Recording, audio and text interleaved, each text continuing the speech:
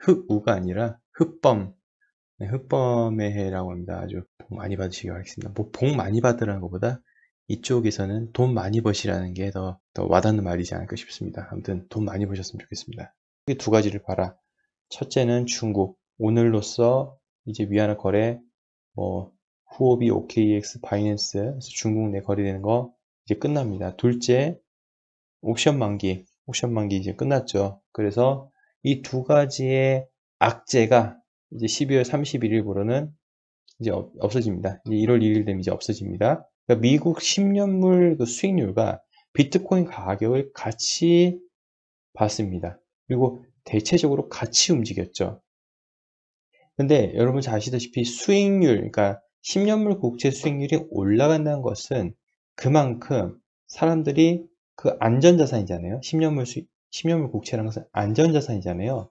안전에서 빠져나오니까 그만큼 수익률이 올라가는 거고, 반대로 10년물 국채로 사람들이 몰려들으면 그만큼 매수가 많아진다면은 반대로 수익률은 줄어드는 거죠. 그래서 이 역의 관계가 있는 건데, 거시적으로 봤을 때 이런 모습이죠. 검은색은 비트코인의 가격의 움직임이고요.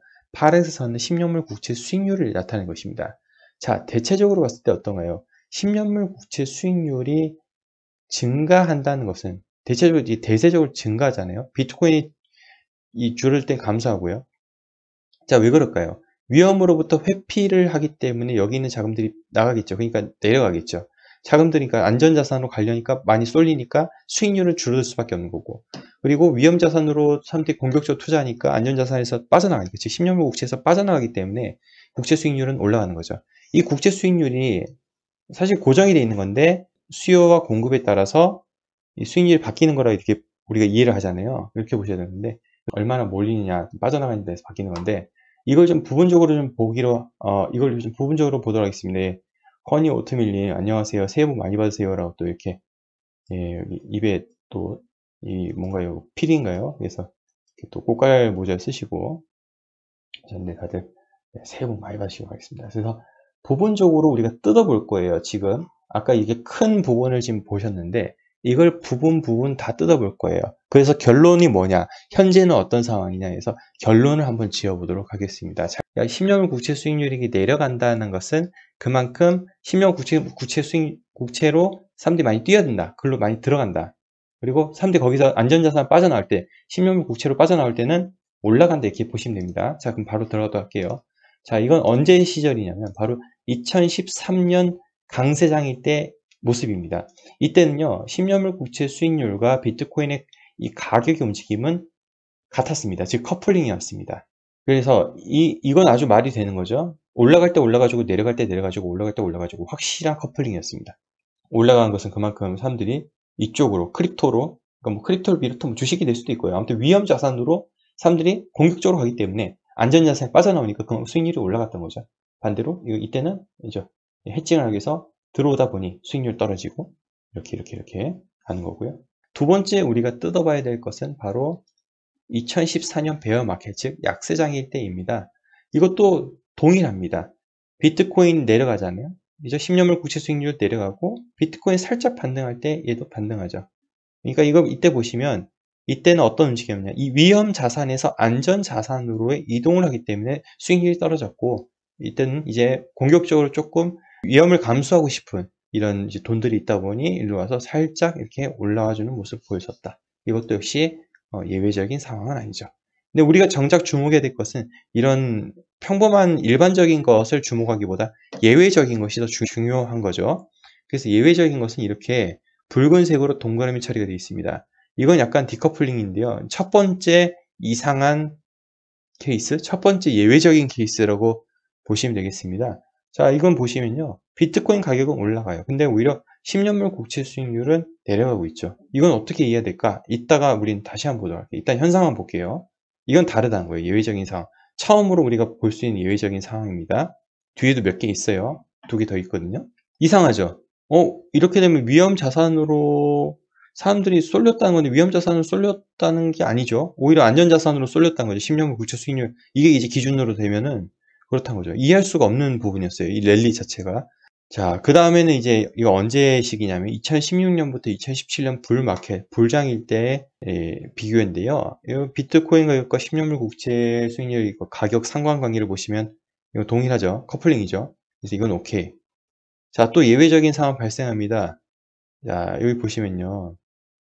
10년물 국채 수익률 같은 경우는 오히려 사람들이 자산을 어느 정도 리스크를 감수한다 해서 지금 회피를 하고 있는 건데 오히려 비트코인 가격은 떨어집니다. 이상하죠? 그러니까 돈이 풀렸다고 해서 비트코인이 무조건 올라간다 막 요즘 그렇게 막 얘기를 하는 사람이 있는데 그건 그렇지 않다는 거죠. 또 다른 요인이 있다는 거죠. 그 요인 일단 한번 보도록 하고요. 예외적인 상황이 두 번째 보셨습니다. 자, 그 다음 이건 또 일반적인 상황이에요. 이때 약세장일 때죠. 비트코인 가격 약세일 때 역시 10년물 국채 수익률 떨어졌다. 왜냐하면 안전자산 일로 쏠리다 보니까 돈이 이쪽으로 쏠린 거죠. 안전자산 쏠리기 때문에 위험자산 회피해서 비트코인 가격이 별로 상태가 안 좋았고. 자, 이건 이제 또 예외적인 상황입니다. 예외적인 상황은 지금 우리가 이제 세 번째로 마주하는 건데요. 비트코인 가격 올라갔습니다. 이때 시진핑 빔 기억나네요. 이때 더 올라간다 했었는데 오히려 내려갔었고 막 기억이 납니다. 10년물 국채 수익률 오히려 내려갑니다. 안전자산에 대한 선호도가 높아지는데 오히려 비트코인 가격도 올라갔죠. 이해할 수 없는 부분. 이것도 세 번째 이해할 수 없는 부분이죠. 자, 이건 이제 일반적인 부분입니다. 언제부터 언제까지냐면 이건 2020년 우리가 최근에 겪었던 거잖아요. 여기 보시면은 대체적 흐름이 비슷하죠. 이거는 이제 일반적인 거니까 이렇게 보시면 될 것 같고. 그리고 최근 2021년 최근입니다. 그죠? 뭐 5월 부처빔 맞고 반등했다가 지금 또 내려오는 이 방향성은 지금 동일하다. 커플링이다. 자, 이제 우리가 좀 주목해야 될 것은 바로 이거죠.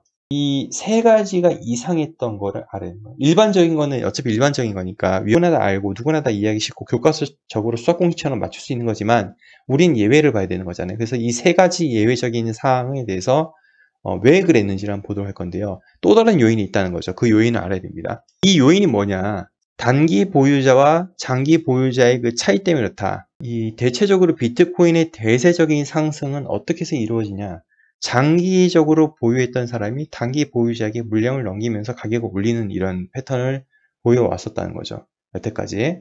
그러니까 이게 단기 보유자보다 장기 보유자의 물량이 많았을 때고 장기 보유자가 단기 보유자에게 물량을 넘기면서 가격은 이게 오르는 거죠.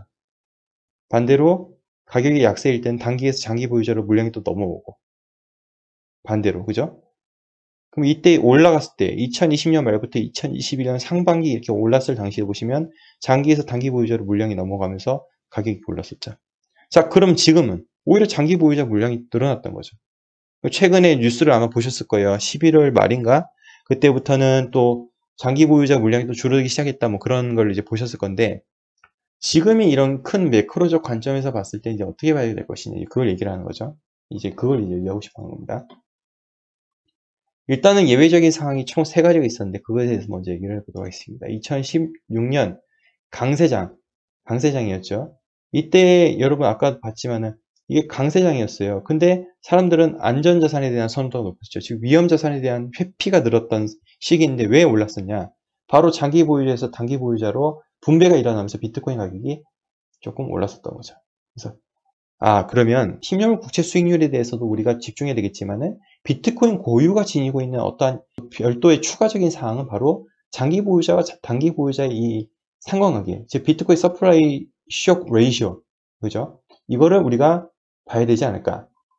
이제 두 번째로 넘어갈 거예요. 두 번째는 보시면 2018년 베어마켓의 이제 그때 상황인데요. 분명히 그 당시는 10년물 국채 수익률을 봤을 때 위험자산에 대한 선호도가 높았음에도 불구하고, 즉 안전자산에서 자금이 빠져나왔음에도 불구하고 비트코인은 베어마켓이었던 거죠. 자, 왜 그랬냐?